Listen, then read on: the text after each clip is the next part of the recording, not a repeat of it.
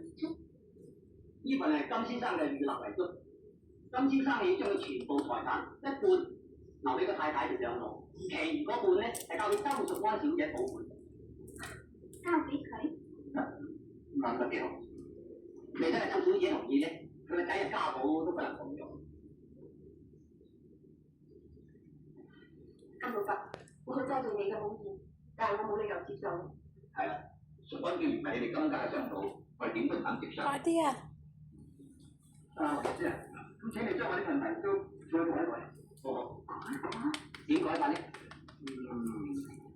如果周淑安小姐唔係同我仔結婚咧，咁咪將呢一半嘅財產全部捐晒俾慈善基金。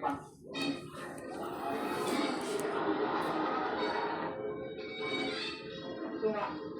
真係嚟啦，而家我肯娶你個女做新婦啦，呢班仔留咗啦。不過我而家提醒你先，家寶以後冇錢㗎。要幾多？聽奶奶講。好。即係做咩？我買咗件新戒指，即係俾人哋睇下，聽就中意㗎。唔使睇啦，你收埋一陣。好，你呢句説話咩意思？你咁聰明，咁都唔明白？